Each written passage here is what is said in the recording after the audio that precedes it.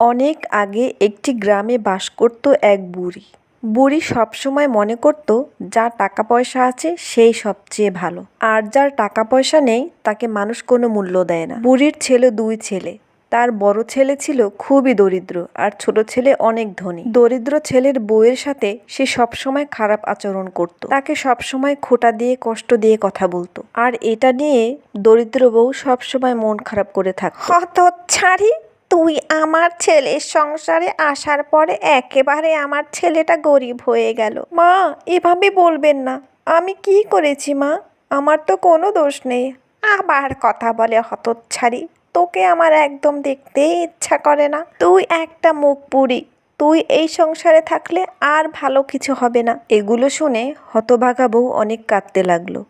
আর ওদিকে ছোট ছেলের ছিল অনেক বড় বিল্ডিং, যেখানে সে অনেক সুখে দিন কাটাতো। ওগো, শুনছো?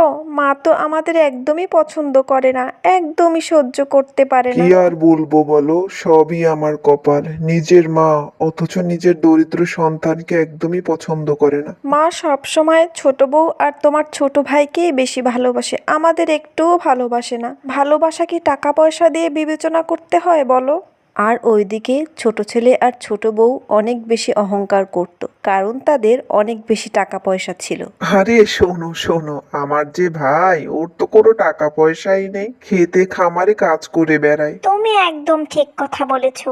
আর তোমার ছোট ভাইয়ের বউকে আমার একদম সহ্যই হয় না, কেমন পুরনো ছেঁড়া কাপড় পরে থাকে সব সময়। আমার তো ভয় হয়, না জানি আমাদের দিকে কবে কুদৃষ্টির দিকে তাকায়। শোনো, তোমাকে বলছি ওদের কাছ থেকে একদম দূরে থাকবে। আচ্ছা আচ্ছা, তুমি কোনো চিন্তা করো না। শোনো, আমি একটু শহরে জরুরি কাজের জন্য যাচ্ছি, তুমি কিন্তু অবশ্যই মায়ের দিকে খেয়াল রাখবে। আচ্ছা, তুমি যাও, আমি অবশ্যই তোমার মায়ের দিকে খেয়াল রাখবো, তুমি কোনো চিন্তা করো না।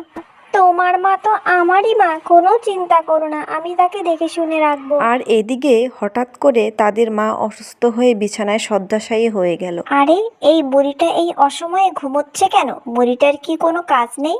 কে জানি বাপু আবার কোন রোগ বাঁধিয়েছে শরীরের মধ্যে।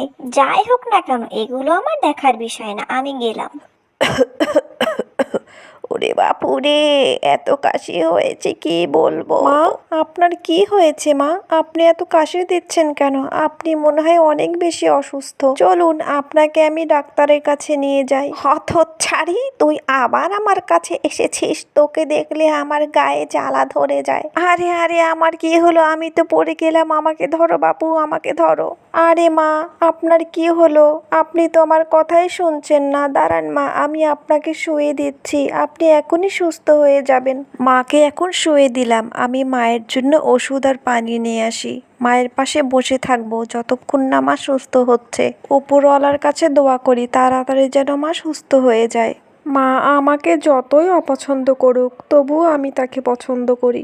আরে বড় বৌমা, তুমি তো দেখি এখনো বসে আছো এখানে। মা, আপনাকে এভাবে অসুস্থ ফেলে আমি কিভাবে যাই বলুন? তাহলে তো ওপরওয়ালা আমাকে ক্ষমা করবে না। আরে দেখো বাপু, যাকে আমি সবচেয়ে অপছন্দ করি আজ এই অসুস্থতার দিনে সেই আমার পাশে থেকেছে, আর যাদেরকে এত ভালোবাসলাম তারা আমার বিপদে পাশে আসলো না। এরপর শাশুড়ি দুই ছেলের বউকে ডেকে পাঠালো আর বলল, তোমাদের দুজনকে একটা কাজ করতে হবে। তোমরা দুজনে আমার জন্য কালকে ভালো মন্দ কিছু রান্না করবে। যার রান্না ভালো হবে আমি তাকে অনেক বড় পুরস্কার দিব, আর সে হবে আমার সবচেয়ে প্রিয় বৌমা। এখন তোমরাই চিন্তা করো, তোমরা আমার জন্য কি রান্না করবে। অবশ্যই তোমাদের নিজের হাতে করে রান্না করতে হবে। এরপর দুই বউ মিলে রান্না করতে গেল। মায়ের জন্য অবশ্যই ভালো করে রান্না করতে হবে। আর এই ফাঁকে ছোট বউ বড় বউয়ের রান্নাঘরে গেল, গিয়ে দেখলো বড় বউ সেখানে নেই। আর সেই ফাঁকেই তার মাথায় আসলো কুটবুদ্ধি। এবার আমি এমন অবস্থা করব যে মা শুধু আমাকেই ভালোবাসবে আর পুরস্কারটা আমাকেই দেবে। আমি ওর রান্না করা তরকারির মধ্যে এত ঝাল আর নুন দেব, ও বুঝতেই পারবে না। হি হি হি হি হি। আর তখন মা সব পুরস্কার আমাকে দেবে আর ওই বড়টাকে একদম ঘর থেকে বের করে দেবে। কই আমার বৌমাটা, রান্না কি হয়েছে নাকি? আমার তো ক্ষুধায় পেট জ্বলে যাচ্ছে, তাড়াতাড়ি খাবার নিয়ে এসো। দেখাও তো আমাকে তোমরা কে কি রান্না করলে, আমার তো অনেক ক্ষুধা লেগেছে, তাড়াতাড়ি আমার জন্য খাবার আনো।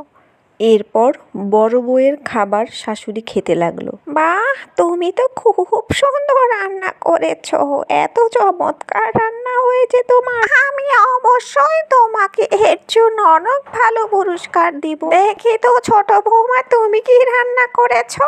ছি ছি ছি, এত পচা বাজে খাবার তুমি রান্না করেছো, আমি আমার জীবনে এত বাজে খাবার খাইনি। এটা শুনে ছোট বউ অনেক বেশি ভয় পেয়ে গেল। সে ভাবলো, হায় আল্লাহ, আমি কখন এভাবে রান্না করলাম, আমি তো ভালো করেই রান্না করেছিলাম। শাশুড়ি ছোট বৌমার সব চালাকি ধরতে পেরেছিল এবং সে আড়াল থেকে সব দেখেছিল সে যা যা করেছিল বড় বৌমার রান্নাঘরে। আর তাই সে ইচ্ছে করেই অভিনয়টা করেছে, কারণ সে জানে বড় বৌমার রান্না করা তরকারিতে লবণ আর নুন মিশিয়েছে এই ছোট বৌমাই।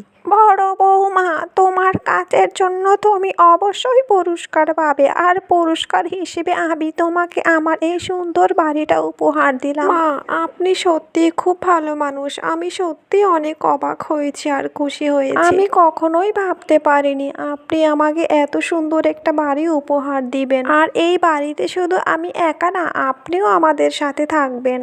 আর অন্যদিকে ছোট বৌমার অবস্থা খুবই খারাপ হলো। ছোট বৌমা, তুমি তোমার কৃতকর্মের জন্য অবশ্যই একটি শাস্তি পাবে, আর সেটা হলো এই পুরনো বাড়িটাই তুমি পাবে আমার থেকে।